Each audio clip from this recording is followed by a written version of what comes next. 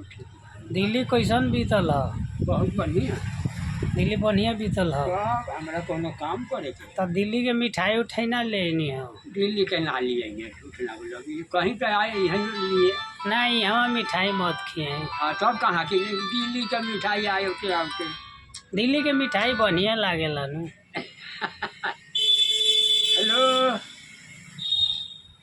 हाँ बोली घरे पहुँचे वाला बानी हम नौ में बानी। हाँ सब अरे के बा आज हम कहूँ के भी है करो तो। हाँ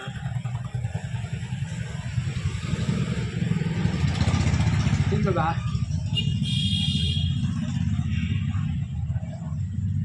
तो मिठाइया ना खिए?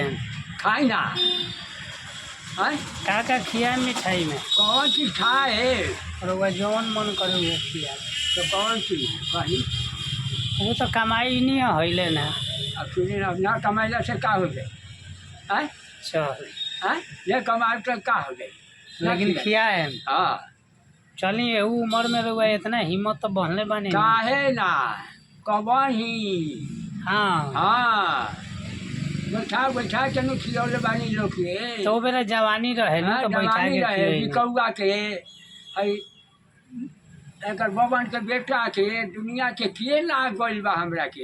हाँ हाँ अपन देव के बेटा के लगा दिल बानी आज रात में पता नहीं। हाँ हाँ कहो लोग ना बा की कभी ना गाड़ी ना देवे की। ना हाँ साला अब दुगले हाँ हैं चल देखो हमारे बाबू कमाता। हाँ इसलिए बैठा के खिया के